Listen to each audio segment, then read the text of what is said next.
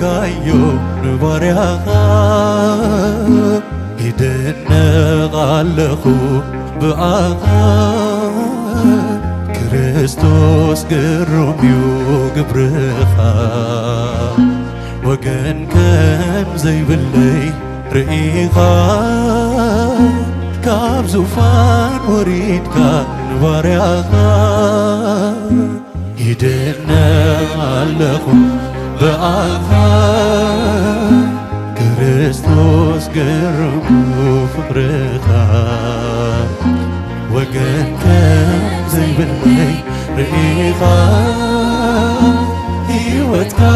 ሂብካዮ ንባርያኻ ይድነቕ ኣለኹ ብኣኻ ክርስቶስ ግሩም እዩ ግብርኻ ወገን ከም ዘይብለይ ርኢኻ ኣብ ሰማይ ወሪድካ ንባርያኻ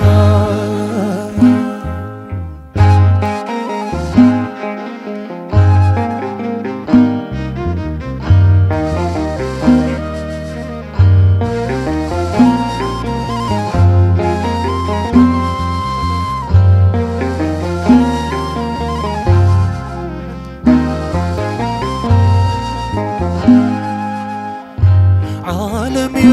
ዘመንን ፍቅርኻ ጎይታይ ምእንታይ ዘይሓፈርካ እርቃንካ ኣብ መስቀል ስለይተዋሪድካ ዝሞትካለይ ክሰብኮ የስምካ ክሳብ መኸተምታ ዘመነይ ተስፋይ ኣይጎድልን ኣይሓፍርን ፍጹም ብኣኻ ልዕሊ ማንም እንዴ ኣብ ሕይወተይ ኩሉ ዝሰርዓካ ይግረም ኣለኹ ብኣኻ ንጉሰይ ፍሉይ ስራሕካ ወገን ከም ዘይብለይ ርኢኻ ሕይወትካ ሂብካዮ ንባርያኻ ይድነቕ ኣለኹ ብኣኻ ክርስቶስ ግሩም እዩ ግብርኻ ወገን ከም ዘይብለይ ርኢኻ ካብ ዙፋን ወሪድካ ንባርያኻ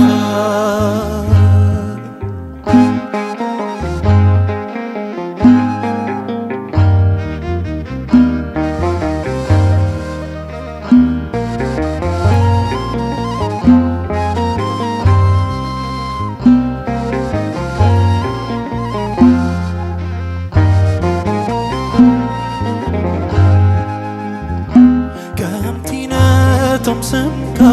ዝፈቱ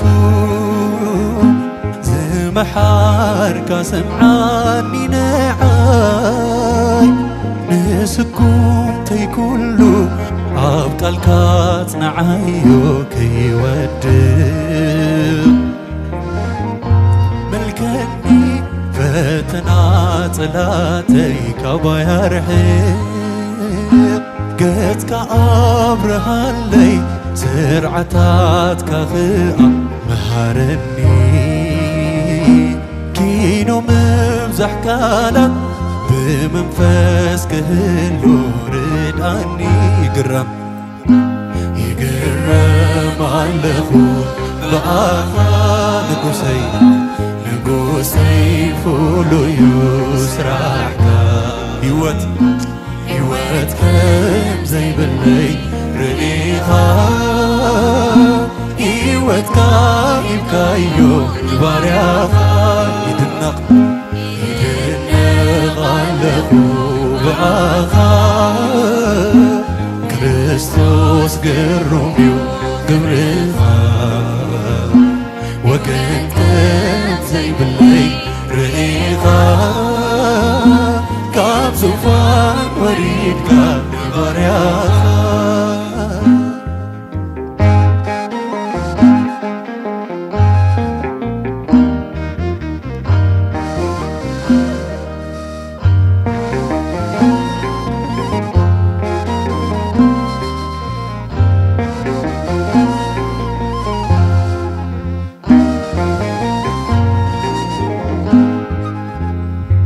ከምቲነቶም ስምካ